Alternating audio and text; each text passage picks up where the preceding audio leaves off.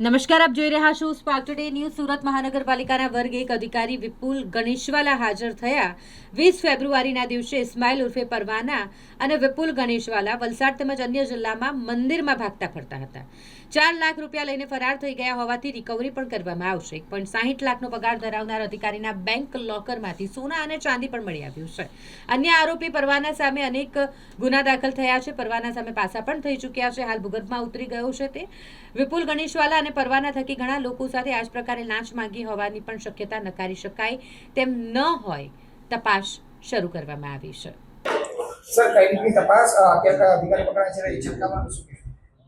ગઈ તારીખ 20 ફેબ્રુઆરીના રોજ એસીબીમાં કાર્યપાલક ઇજનેર વિપુલ ગણેશવાલા તથા એક પ્રજાજન ઇસ્લામ ઉર્ફ પરવાના વિરુદ્ધમાં ગુનો રજીસ્ટર થયેલો અને આ તપાસ ચાલી રહી હતી. આ દરમિયાન ગત રોજ લિંબાયત ઝોનમાં ફરજ બજાવતા કાર્યપાલક ઇજનેર વિપુલ ગણેશવાલા એ એસીબી સમક્ષ હાજર થયા છે અને તેઓની અટકાયત કરી આગળ તપાસ હાથ ધરેલી છે. આ કામના આરોપી પરવાના તથા આ ગણેશવાલા એ લગભગ સતત છેલ્લા ઘણા સમયથી આ સેમ એમોથી આવા ગુના આચરી રહ્યા હોય એવી સંભાવના છે. એ મુદ્દે તપાસ ચાલે છે.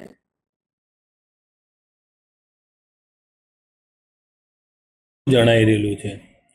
તેમજ આ કામનો જે સહ આરોપી છે ઇસ્લામ ઉર્ફ પરવાના, એની વિરુદ્ધમાં અલગ અલગ પોલીસ સ્ટેશનોમાં કુલ મારામારી અને ખંડણી જેવા બીજા અન્ય 6 ગુનાઓ પણ રજીસ્ટર થયેલા છે અને એમાં એ પાસા પણ ભોગવી ચૂકેલો છે.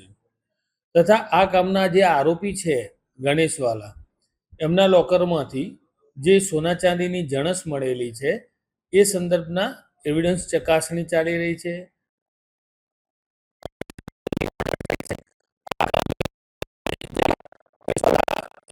જે ઇન્સ્ટ્રુમેન્ટ મોબાઈલ આ યુઝ કરતા હતા એની રિકવરી ને આ બધી તપાસ પણ બાકીમાં છે અને આ તમામ મુદ્દાઓની તપાસની છણાવટના અંતે જે કોઈ પર પરિણામો મળશે અમે આપને જણાવીશું.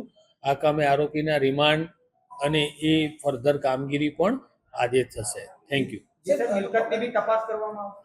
હા, જે બી પુરાવાઓ મળશે તમામ ઇન્વેસ્ટિગેશન કરવામાં આવશે.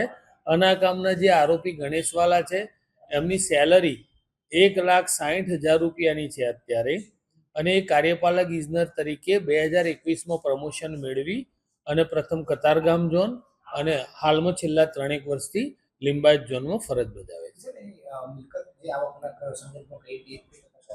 હા, એ જે બી પુરાવાઓ મળશે એમને જ્યારે જે એવિડન્સ મળશે એ મુજબ આગળની અમે તમામ તપાસ કરીશું.